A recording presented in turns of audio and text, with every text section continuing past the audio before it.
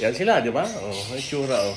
Ang masasabi mo, pangit ka ng pangit. Kanina ka pang kasabing pangit, ah. Oo nga, pangit nga ako. Cookie.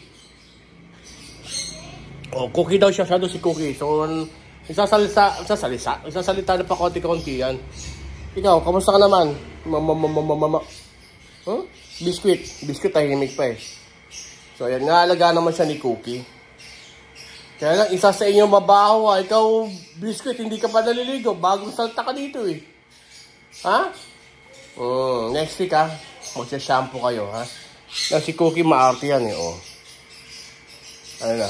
Oh, arte ni Cookie oh. Cookie do. Cookie do. Cookie do, hello.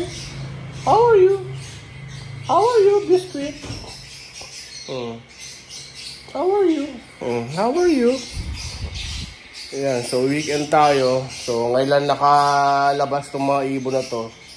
May pagbanding kasi nadali sila ni Bagyong Enteng at tayo lumabas, hindi ginawa. Ayan na.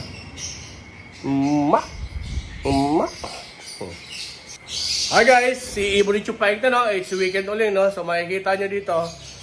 Of course, ang ating si Cookie. Lagi po sinasabihin niya pangit. Pangit naman ako. Di pa tayo naliligo. Mukha tayong ano.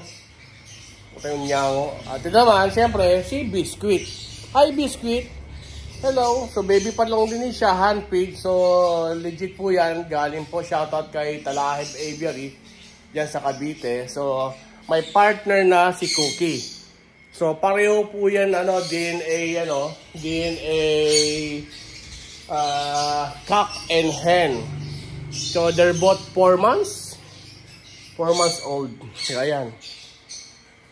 So sana magsama sila at magkaroon sila ng babies after 1 year. So ayan siya. Okay. So quickie lang po.